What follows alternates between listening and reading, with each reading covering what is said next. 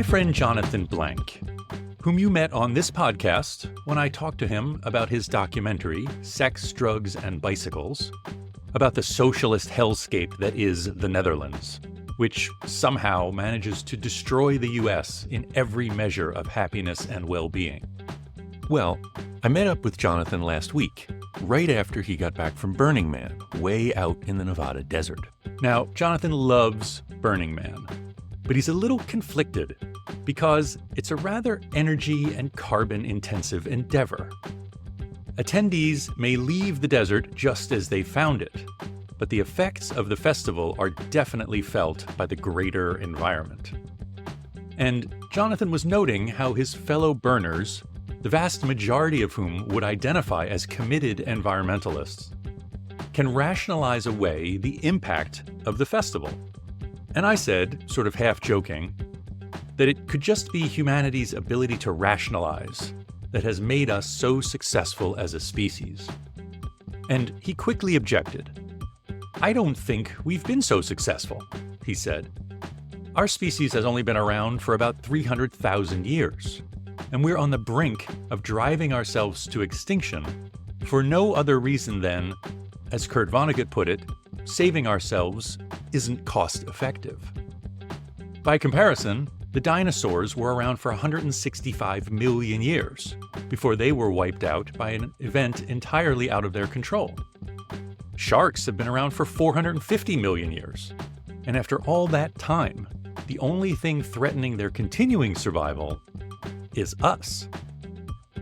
So, the best you can honestly say about our species is, we've had a good run so far, but the jury is still out on whether or not we're actually successful in the long run. So this week, I want to talk a little bit about us. Not necessarily as a species, but as individuals, and different ways that we can look at ourselves and how we define success compared to other people, and how to nurture the habit of looking at ourselves and defining success in counterintuitive ways. Stay tuned.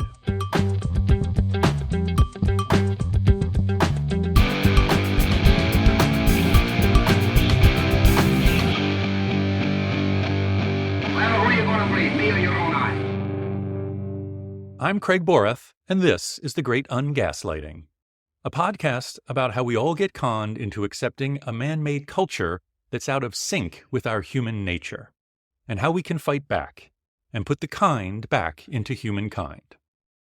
But first, a word about a sponsor.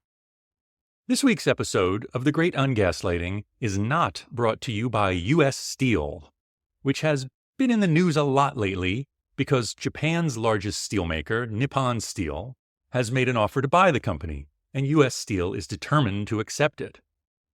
Now, that in and of itself is not necessarily a problem. Foreign companies buy domestic ones all the time. The problem arose when the Biden administration threatened to block the deal on national security grounds, one of the very few, if not only, conditions upon which the government can scuttle a deal between private entities. And even that isn't really the problem, although clearly small government conservatives are outraged at this kind of what they consider government intrusion into the private sector. The real problem is U.S. Steel's CEO, David Burritt's response to this threat to scuttle the deal. Burritt said if the deal doesn't go through, he's going to move the company's last remaining steel mill in Pittsburgh, which is a union mill, to non-union Arkansas, and also move the company's Pittsburgh headquarters down south as well. Of course, Burritt isn't saying that he's moving the plant out of spite. He says he's doing it because it's not cost-effective to run a union shop and abide by the union contract's demands. But there's a small problem with that argument. Since Burritt took over as CEO of U.S. Steel, until it received its first purchase offer in May of this year, its stock value was up about 8%. The share value of America's largest steel producer, Cleveland-Cliffs, who was actually the company that made that first offer to buy U.S. Steel, over that same period of time, was up by 130%.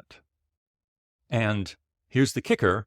All of Cleveland-Cliffs steel mills are unionized, under contracts similar to U.S. Steel's. It's interesting to see how this story holds a mirror up to how corporate media portray these realities and also what they say about how our economics affects our society. For example, the Wall Street Journal just the other day ran an article about recent developments in this story with the headline, Nippon Steel finds unlikely ally in Pittsburgh workers. Now, that headline would lead one to believe that workers are aligning themselves with plant management's interests in the sale. What the headline should really say is, workers desperate to save their jobs yield to CEO's threat. And then there's the question of national security. It might seem like a stretch to think that the sale of a steel company to a foreign ally could threaten our national security. But when you think about it in ways other than those propagated by the dominant ideology, the threat begins to materialize before your eyes. As Harold Meyerson wrote in the American Prospect recently, does rejecting Nippon's bid on the grounds of national security stand up to scrutiny? That depends, I suppose, on your definition of national security.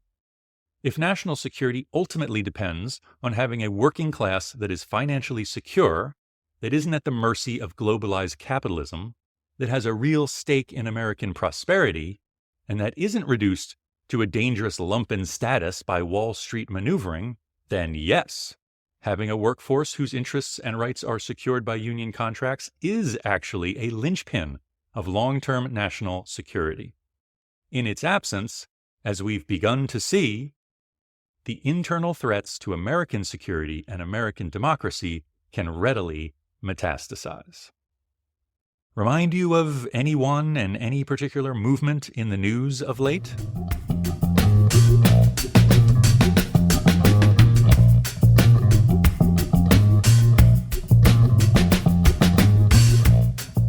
And we're back.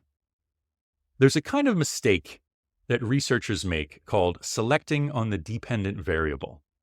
And what it means is that if you're trying to establish some correlation between two variables, let's say the amount of coffee you drink and how much money you make, you want to see how changes in the independent variable, coffee consumption, affect the levels of a dependent variable, earnings. If you only look at people who make a lot of money, thereby selecting your subjects on the dependent variable you're testing, earnings, you can't really know if the coffee is actually having any effect, because you don't know how much coffee lower earners drink. It could be that they drink even more coffee, but you don't know that because you don't have any data from low earners. You see this kind of thing in business books all the time.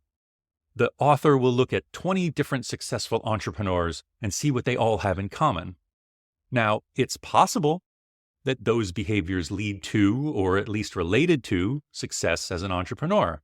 But you can't really say anything with any certainty because you know nothing about the behavior of unsuccessful entrepreneurs. When we want to define success, and particularly when we want to compare levels of success across countries or cultures, we make kind of the opposite mistake. We look at only a select few criteria, like how much money you have, do you own a home, what kind of car you drive. And we say, if you have an abundance of those criteria, you're successful. Then we use our narrowly constructed definition of success as the yardstick with which we measure everybody else. And of course, you'll find out, in all likelihood, we are the most successful people on the planet. Well, of course we are.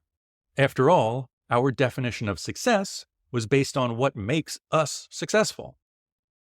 Now, if you went to another country like, say, the Netherlands, which has quite a different definition of success, you'll find that the United States ranks much lower. Of course, people can argue which definition is better. And that's actually what a lot of our political debate is all about in this country. What definition of success, of well-being, of happiness do we want to use when we make decisions for the greater good? The key, I think, is just to understand that there is no one objective definition of success, whether you're looking across the globe or within a single home. Obviously, within any given culture, the dominant definition within that culture appears to be the objectively correct definition for the whole universe. But it's a mirage. There are an infinite number of ways to define success, and therefore you can't really rank anyone above or below anyone else in any valid, confident way. And the conclusion I would draw from that is simply that every human life is of equal value. Any attempt to rank or rate people is inherently invalid.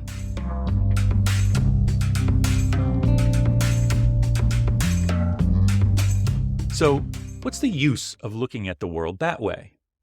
Well, I think that just as journalist Lydia Polgreen suggested that we wear our genders a little bit more lightly, I think it would benefit all of us to wear our status, our level of success, a little bit more lightly as well.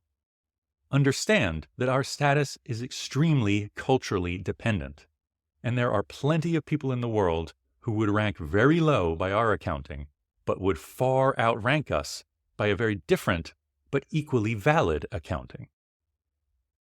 And a bit ironically, I think that this kind of elimination of any single idea of success for us as individuals is what we need in order to, hopefully, sometime in the far, far distant future, be able to finally make a genuine claim of success for our entire species. Well, that's it for this week. If you like this episode, please recommend The Great Ungaslighting to at least a couple of friends. And until next time, be kind to yourself, cut each other some slack, and please, I'm begging you, especially the dude in the Tesla who took the right turn into the school without signaling this morning and almost got rear-ended by the guy in front of me, use your damn turn signal.